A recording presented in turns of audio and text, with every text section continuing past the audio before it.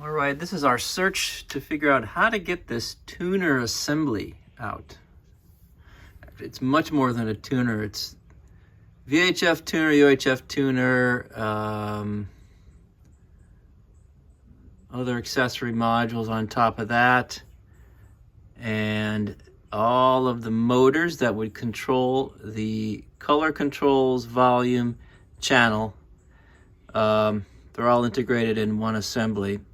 And the space command is not it's not attached to the chassis anymore, and we haven't used it at all. I don't even know if it works, but I think this whole thing comes out as a group. So on the front side,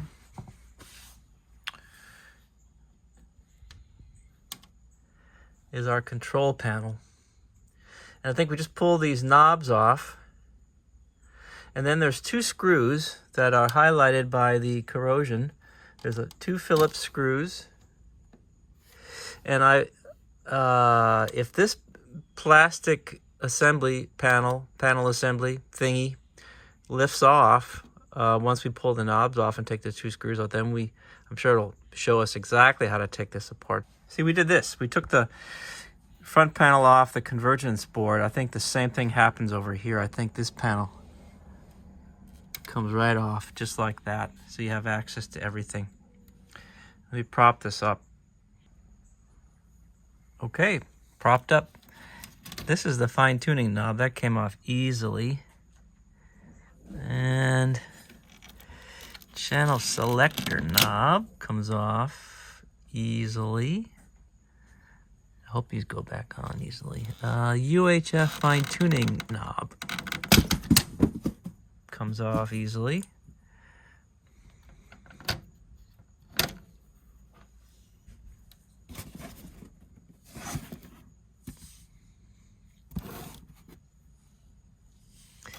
Volume knob comes off easily. I think I need a better proper upper. So I bet we can use this method. This is the color level knob. Yeah. And the hue control knob. Yeah. All right. So we already know that, well, one of these, the on-off switch, this one, doesn't work.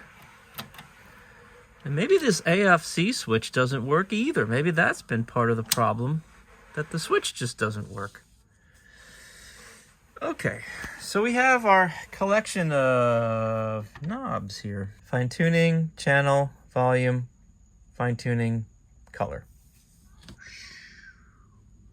And then we just take those screws out and magic. We're guessing this will just lift right up. Whoa, it does! Hey-o. Well, we like this. It's going to be great. This is going to need to be fully restored. This is pretty. Very 1969-y. And we'll put that somewhere safe. UHF tuning indicator, VHF tuning indicator. This would have been the fine tuning. So this is a non-concentric tuner, or fine tuning, meaning that some tuners have the channel selector and then the fine-tuning knob is on the outside of it. That would be concentric fine-tuning. This is non-concentric because you have a separate shaft entirely for the fine-tuning. A gear assembly, I suppose, that brings it to the actual fine-tuning slugs in the tuner. This whole metal piece is the escutcheon. I think that's what I would call it. And I bet you these buttons have to come out. These are cool. They were probably painted silver at one time, I betcha, and over the years the paint just wore off. Big bad console. Flagship of the Zenith line. And we're bringing it back to life. We're going to prove or disprove our idea that there's only 4 screws that have to be loosened up. So let's just loosen the screws first, and then we can go to the next plan, which is take the wires off. So there are 2 screws, 1/4-inch hexers back here, and they are in a slotted hole, which implies that you'd be able to loosen them, not remove them, dangling precariously. So let's look at what we have to undo. Start here. IF, coming from the tuner into the IF strip, disconnect. This is the AFT defeat, and this is the AFT defeat that goes to the ground. I should probably take pictures, shouldn't I? These 2 go into the chassis, and they are the controls, probably the color controls. And this one goes into the chassis here. It is the volume, I'll betcha. And I could take these clip leads off the chassis. One is for our color killer ground, and one is for a point where we're gonna horizontal blanking pulse. And then these 3 go into there. Zenith tuners have sort of a standardized thing. There's B+ and filament and AGC. So B+ would be red, filament would be brown, AGC seems to always be yellow on these Zenith chassis. And then this, so if we, back here was the AFT enable, automatic frequency control module, or automatic fine tuning. But I believe this whole thing is free. Or, wait, what's happening? Oh, there's still something connected. Those 3. Okay, so these 3 wires go to, so those are the channel up and channel down buttons, and they go into the tuner, well, the assembly here, and then they connect to this terminal strip, and then it goes here to the end of this cable, plugs into the space command right there. We're free. Let me get this out. Well, let me clear a space where this can even go. It came out really easily, just 4 screws.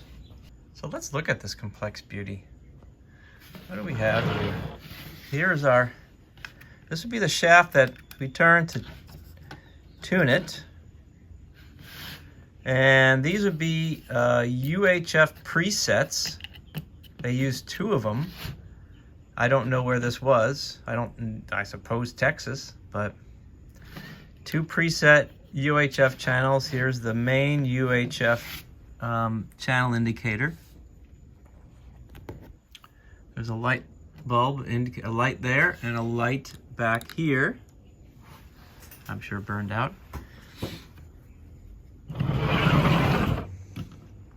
You can see the motors that are attached to these things, and here would be the daisy wheel assembly, I guess, to create the preset stops. And there has to be a method from the front to set them. It must be different than the older ones, because you wouldn't come this far and not have more complexity. And these, well, let's see. These are the 2 color controls, and one is motorized and one is not. Does that make sense? I mean, does anything make sense at this point? This motor is from the Delicate Instrument Corporation. So what was that was motorized? Hue. So the hue. Yep. The hue is motorized. Color level is not. Strikes me as a little weird, but that's okay. That plug. Oh, that plug's got to be a way to create the preset. VHF channel. VHF fine tuning. So you have like a VHF window and a UHF window. So that plug would be, that plug would access, so you can get at these presets. That's my guess, but we'll worry about that later. So this tuner appears to be the model 175-595.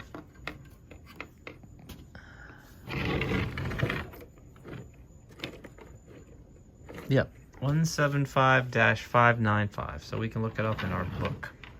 But look at this beautiful piece of over-engineering. Wow.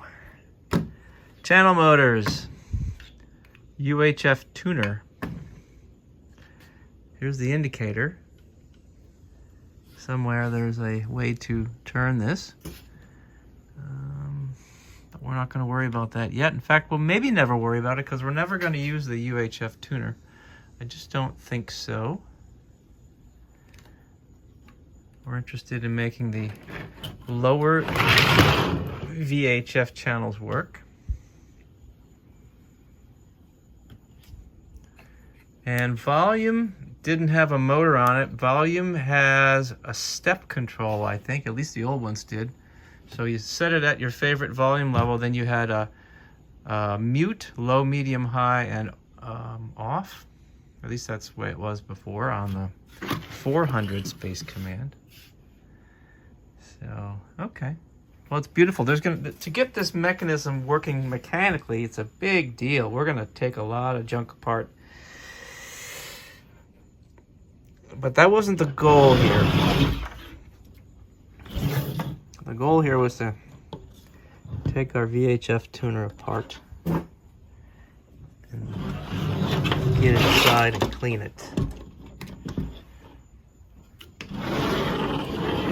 That is the VHF tuner, and we're going to get inside and clean it.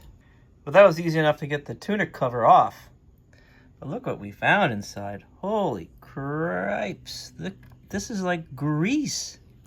They wouldn't have put grease on these things, would they? Did somebody put grease on here? Or did that migrate from somewhere else? But that's insane.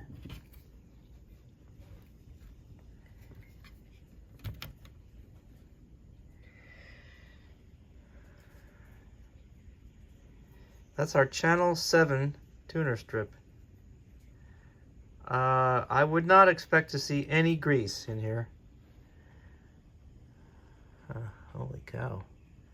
Where do we even start? Maybe we start with Channel 7. Huh. I might have a spare in my box of parts. I'd like to grab it and we'll take a look at what it looks like. I don't want to mess with it too much until we... Yeah, so we have the the probes connected to the clip leads connected to the end of the wire for the AFC switch, and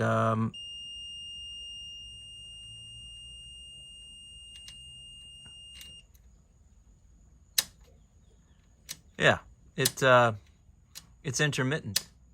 So that explains exactly why the AFT seemed like it was working, and sometimes it didn't work, and it seemed like it wasn't working properly. It's because of the switch. So this is rudimentary problem solving. So, okay, switch bad. Maybe the AFT works just hunky-dory. And this is the on-off switch. I tested that too. That is totally, it's just on. So we've bypassed that anyway. So, okay. Bad switch. I should look and see what part number would be on one of these things, but I'm just gonna open this up and see. Yeah, I think this is for a different tuner. Yeah. significantly different size, but I think I was just curious about it to see how much grease they put on these. Well, this is what a tuner strip looks like. These are the gold-plated contacts that access the other gold-plated contacts, and then this little geared wheel at the end is the tuning slug. There's a slug that goes into this coil, and that becomes the fine tuning for the local oscillator on that channel. So each channel has its own tuning slug, the fine tuning. So, yeah, very cool. So we're gonna get into, we may want to just take this whole turret out. I mean, how hard can it be? With all of these, it can be extremely hard with the motor shaft. On this tuner. Look at this. Zenith put a mechanical coupling between the tuner shaft and the rest of the mechanism. They really had planned for this to be serviceable. So my guess is that if we take these 3 screws off of this piece of sheet metal, this whole tuner will just slide right off that coupling, and we separate it from the mechanism, and we can get at it completely to service it. I'm going to pull this. This is the piece of twin lead that comes from the antenna terminals. I'm going to pull this off, separate this from, ouch, my finger. We don't need this twin lead right now.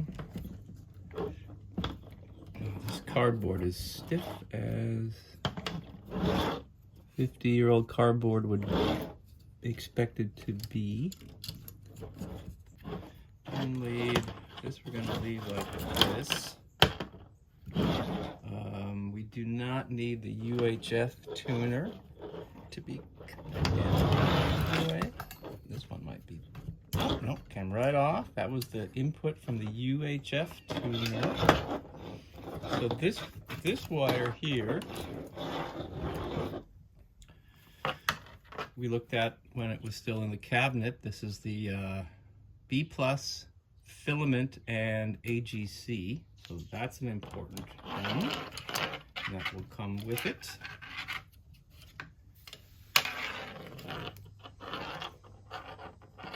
This wire connects here and to the UHF, and I think this goes to the AFT. So we're gonna remove this wire. It's sort of a daisy chain. We're gonna remove it from the UHF tuner. Maybe I should mark it. All right, I marked it, paint marker. So we're gonna pull this off.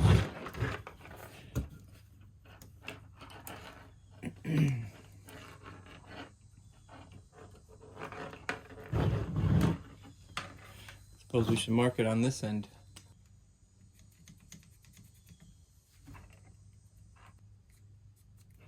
This connector got pretty hot. Look at that.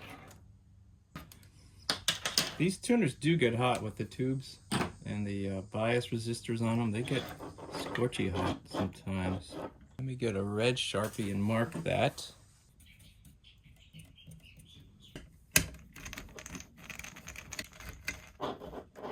You know what, before I take that out, I know what that red wire does. This red wire is goes to the UHF tuner, that when you switch it into UHF mode, the pilot light lights up. That's what this probably is. Okay, so here's our moment of truth. I think this is correct. All right, we have separation. We have one more wire we have to undo though, and that is this pilot light. Same thing. We're gonna snip this. What we're gonna do, because it's not on a connector, and we will fix that later. All right, now it's the moment of truth. Although we know it's going to happen, it's going to be great.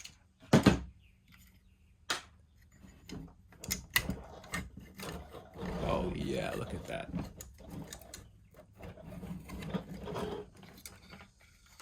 Success. Look at our beautiful Zenith coupling, our mechanical coupling. They were so smart. So that's the fine tuner there. And this would be the channel changer. All right, yay. They are so smart. They were so smart in their day. They were giants. Well, this is it. And this is our fine tuning. Very complicated mechanism. Non-concentric fine tuning. So this shaft drives this gear, which drives this gear, which drives this gear, which drives another gear on the other side. And when you turn it, it pivots and engages into the strip.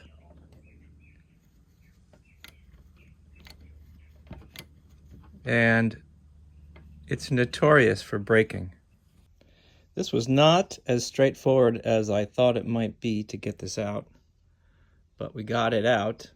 Had to take a bunch of stuff apart, and there's a couple of gears that are held in place by these eensy-weensy circlips, and Lady Luck has been with me, because that shot across the garage and I found it. Amazing. And you can just see all of our beautiful grease lubricant. Unbelievable. I don't know. Did they put some sort of dielectric grease in there and it was not conductive and it helped lubricate it because the Space Command motors are getting overwhelmed with friction? I doubt that. So this is unbelievable how much grease, hardened grease and grime. And there's another circlip holding this one on. I'm going to pop that off. Good luck to me. And this assembly is the fine tuning assembly, gear assembly. This, you can see the crack. Let me change the view here. So you can see the crack in the gear. And these are pretty standard interchangeable gears, pinion gears. I'm going to look through my box of stuff and see if I have another one of these. Otherwise, that gear is going to get, well, we're going to try to JB weld it onto the shaft. So those are the two options, replace or repair. Well, I guess that goes without saying. But I have to remember how to get all this back together. Maybe in fact I do not need to take this assembly off, but I think I'm going to try to get this bracket out. And then there's this spring steel clip behind it that keeps it in place. That mounts on the inside, but maybe I should have taken more pictures. Before I take it all apart, I wanted to try to put some of it together just to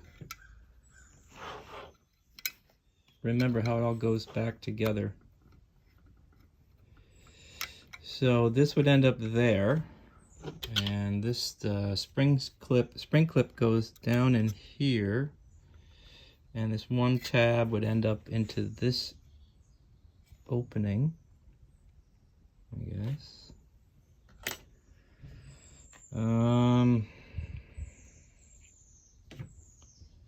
So this comes right out.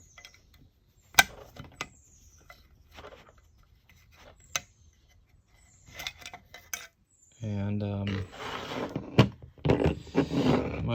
my internal question is, do I try to take this circlip off?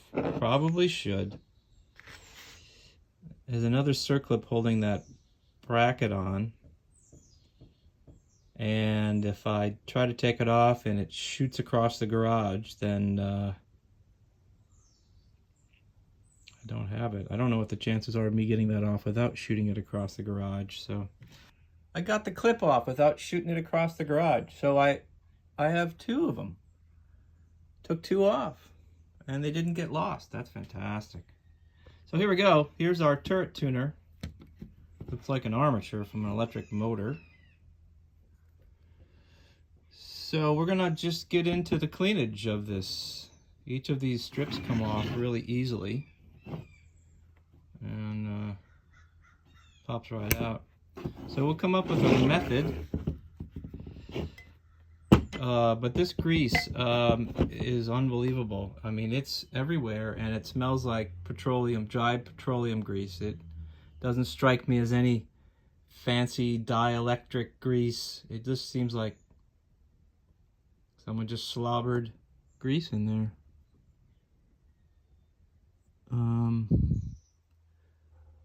This right down there and this idler roller right there, those are the two things that ride along, well, anyway, the roller anyway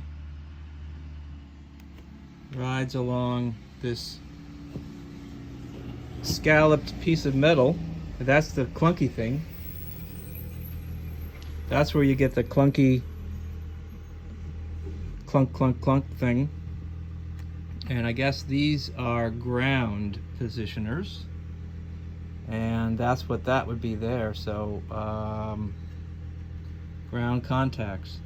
So that's a contact. All right. I'm not sure what to do with these parts at this point. Let me look and see if I've got one of these. This will drive a lot of this too. Oh my goodness. Wow. Okay. So we don't have to rebuild this. Not this time. We can later.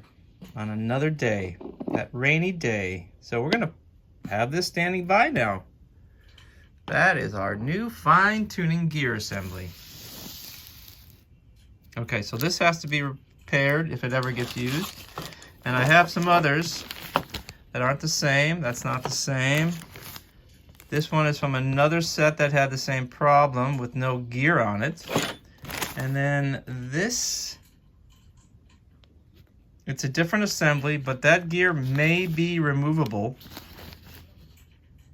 And it may be able to be pressed on to the end of that shaft. I don't know, but I'm not going to concern myself with that right now. And then this, I don't know, this came from a bag. It's part of more of these fine tuner assemblies. So, all right, we are in business. I just pulled one of the strips out of the turret. Channel, I think this is the UHF selector strip. So let's, I don't know how this grease is going to come out. This is acetone in here. And let's just take a look and see if this does, if it'll break up that grease. It's in here. Oh yeah, look at that. Just add a touch. That grease will come right up with this. So we're good here. This is just going to be a process, a project. Getting all these strips out, cleaning them up one at a time. Reveal the gold. It is true, these Zenith tuning strips relied on gold plating for the cleanest contacts, which doesn't make any sense now why someone would put grease in here. It just seems like it's completely contradictory to. I was kind of meticulous on the first few strips. I took them out and really kind of got at it with the, and I'm using acetone here, a little bottle of acetone. And I think the best method, unless you want to spend the rest of your life doing this, is to toothbrush it with acetone. That's what I've been doing. Carefully, gently, efficiently. And the reason why I was thinking of doing some of this general cleanup while they're still mounted is that I don't have to handle it. So when I was trying to clean them, I was handling it in different ways, end to end, and that's fine. But if you set it down on something to push on it, you know, you just don't want to bend those. You don't want to bend them or deform them, because then you're going to throw the tuning out. And just don't do it, because you'll never get it back, I promise you. Safe from my thumb and forefinger. And I'm trying not to turn those slugs at the end. Those are the fine-tuning slugs for each channel. Presumably they're somewhere close to where they should be. So there's a lot of no-go zones on these tuners. None of those exist anymore. So we're all just out here trying to figure this stuff out as hobbyists. And the documentation from Sam's and from the manufacturers or the riders, you piece information together now. You don't really know what you're doing. You're just kind of piecing things together.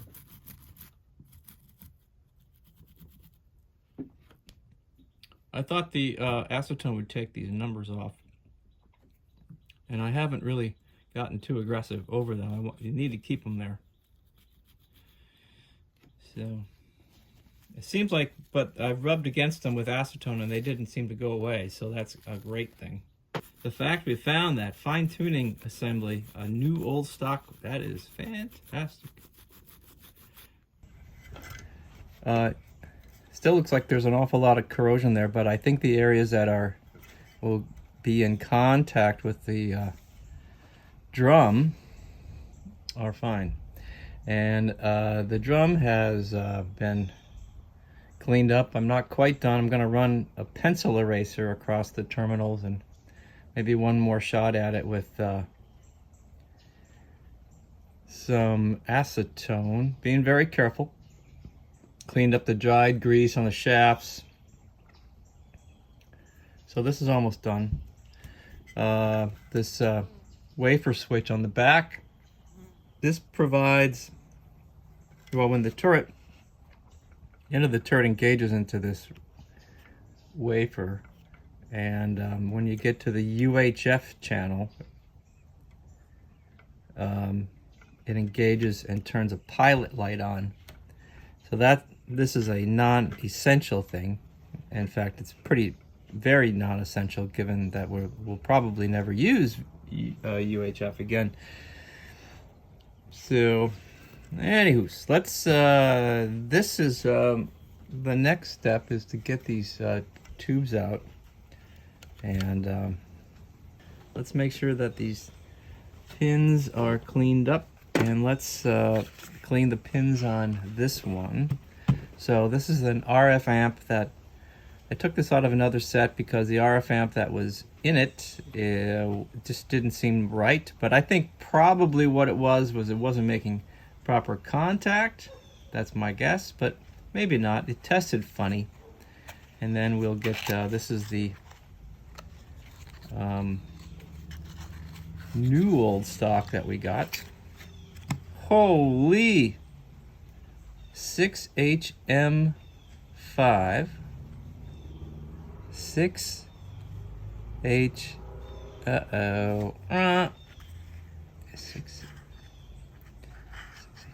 okay, so a 6HA5 is the same thing as a 6HM5. Okay, they're both RF amplifiers.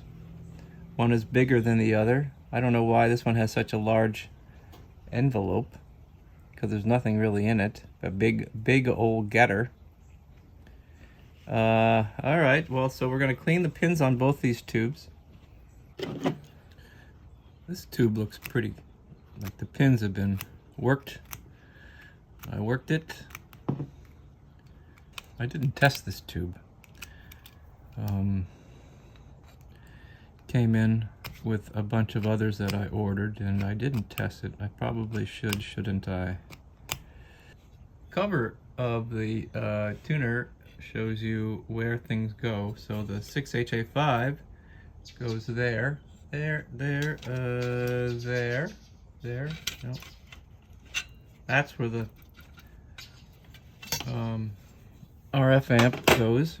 And we're going to do this. We're going to hose it.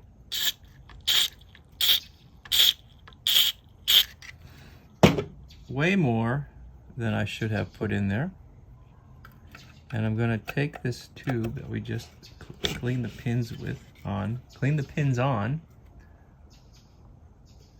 and I'm going to work it. Oh, we should clean this up. This is the idler. So this travels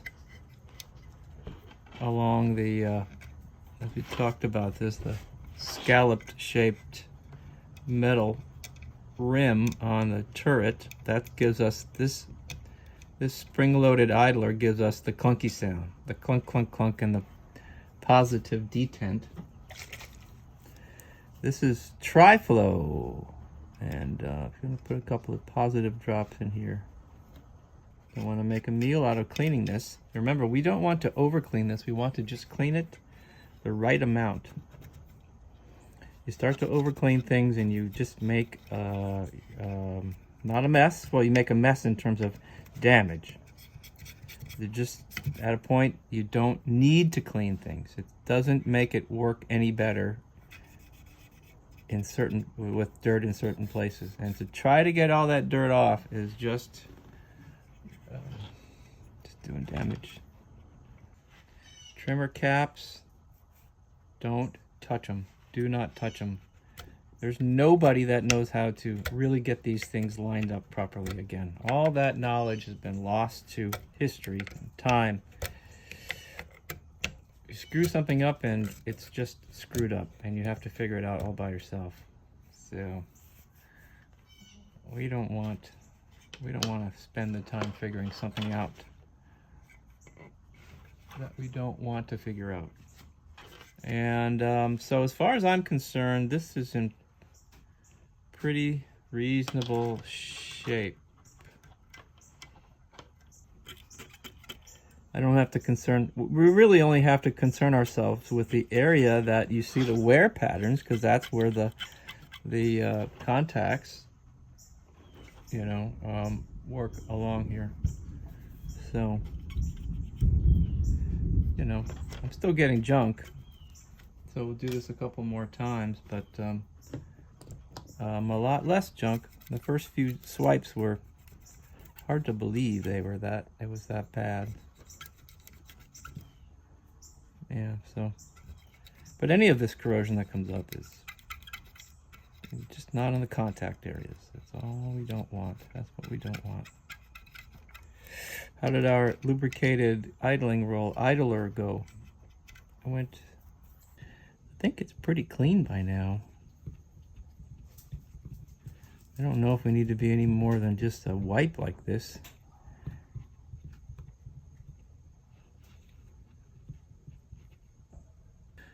Well, this is the new fine-tuning gear in its assembly. And I'm beginning to just sort of put this all together and see how it works. It's intended to pivot like this. There are registration holes right there. And fits in there like that. But you have to put the shaft in. The turret the drum has to go through here first, and you put the back bearing on, and then that should just drop right into. Well, I got the turret back in and put the wafer switch back on the rear end of it, and I am just amazed. I marvel at the design of a tuner like this. It's so well constructed. There was just a tremendous amount of engineering and craftsmanship that went into achieving this, and it's RF electronics that I just don't even pretend to fully understand. So this bracket is just a means to hold this fine-tuning shaft, and this particular gear fits on the fine-tuning focus gear assembly that we were looking at, our new old stock. And it fits down in there, and there's a circlip that keeps this gear in place. So you can see how it meshes. So this would be, the end of this shaft would be the fine-tuning knob on the controls in the front of the set. And it drives this gear, which drives this gear, which drives this gear, which drives the fine-tuning gear down there. And let's see how you could see this better. Flip it over. The fine-tuning gear, like I mentioned, it pivots. And that's intended to do that. You see in there. When you engage the fine-tuning, it pivots the gear up onto the slug, the gear on the slug that we were looking at, and when you release it, it springs back where it's not touching. And then as you change the channels, well, let's do it like this. Got a little channel changer knob. As you change the channels, you don't upset the position of the tuner slug until you choose to. I mean, just super smart stuff.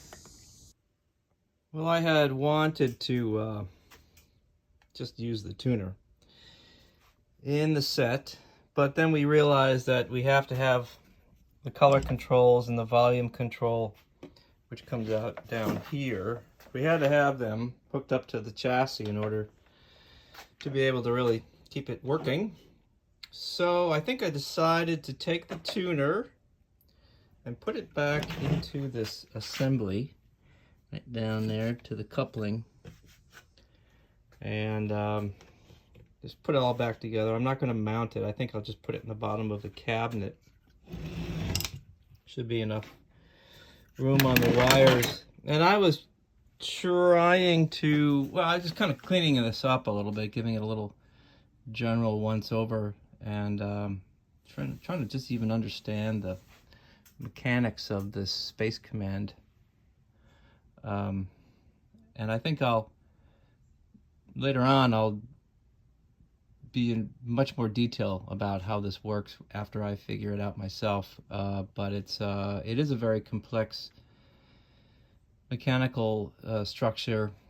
The heart and soul of the channel changing thing is inside here. It's a Geneva movement, which is the heart and soul of a 35mm film projector, and you'd have to see it to understand it, but it's a cam, a circular cam with a pin, and the pin engages into the, you kind of see it back there, engages into this daisy wheel, and that advances the channels to the next one. And this UHF mechanism is really bizarre. Haven't quite figured it out. Combination of, this is the channel changing, and then I'm assuming that these round objects, they do engage in the fine tuning up here, because the fine tuning, you're supposed to push for UHF fine tuning.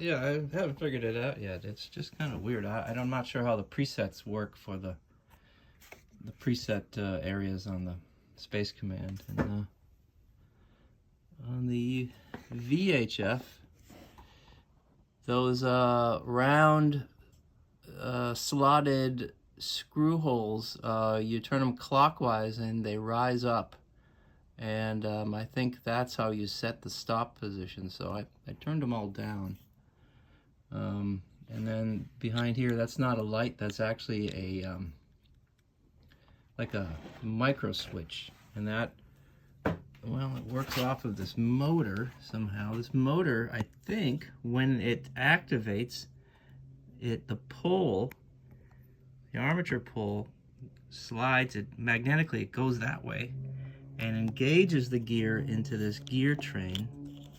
And then when that is engaged in here, it pushes the switch closed to tell it that it's activated, I guess. And then this is a switch mechanism here that as we go forward or reverse on the VHF control, it knows what direction the motor's going. I set it for channel 7, and I'll show you how I could tell. If you look in the back, you can see the brushes, and they engage in a channel strip. And the short channel strip next to a long channel strip. So the short one would be channel 6, and then the whole entire FM radio band is between 6 and 7. So 7 would be the first longer tuner strip. So I've got the tuner itself is set on channel 7, and I don't know if this matters so much. This seems to, I think it's just going to depend on where I engage it in the coupling over there. All right, I got the tuner back into this assembly, and this is a temporary channel changing knob. And our fine tuning works very well. I just decided it was easier just to slide it onto the 4 screws. And I did that, and it was really easy. So that's what we did there. And I think I got everything hooked up correctly. The AGC and the AFT feeding RF into the back of the VHF tuner. None of the motors are connected, but the control pots themselves are controlled or attached to the proper connectors. Yes, that looks good. Can I reach the knobs? No, I need to put knobs on there. Okay, let me do that. Tuner, I think. Yeah, that's what that is. And here we have one of the color knobs. This hue control is motorized, and we're driving that whole clutch mechanism with it. And then the color is not driven by anything other than our imagination. And this would be the channel changer. I kind of like that silver one. And then this should be the fine tuning we use for, let's see if this is true, fine tuning. This is our AFT on and off. I think we figured that out, that it works now. This is really weird. The fine tuning. Oh, there it is. Yep. Okay, so we have a big range on our fine tuner. Weird. Wow. Okay, that's the other end of it.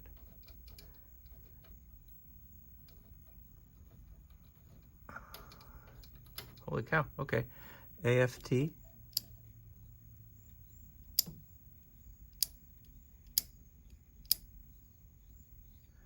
I think this is on. I think this is on like this. And all right, volume. Oh, where's our volume knob?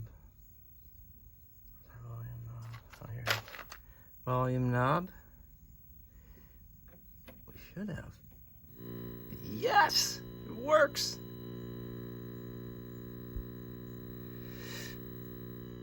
Well, this is channel 4. Channel 4 works really well. Of course, I do not expect that we have color working. That's still a bridge too far. Boy, there's a lot of heat back here.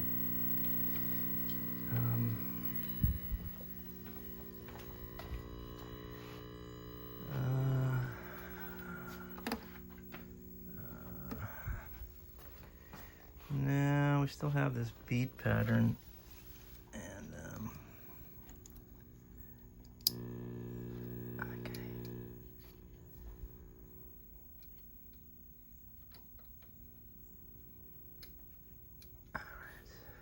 So that must be off. AFT on.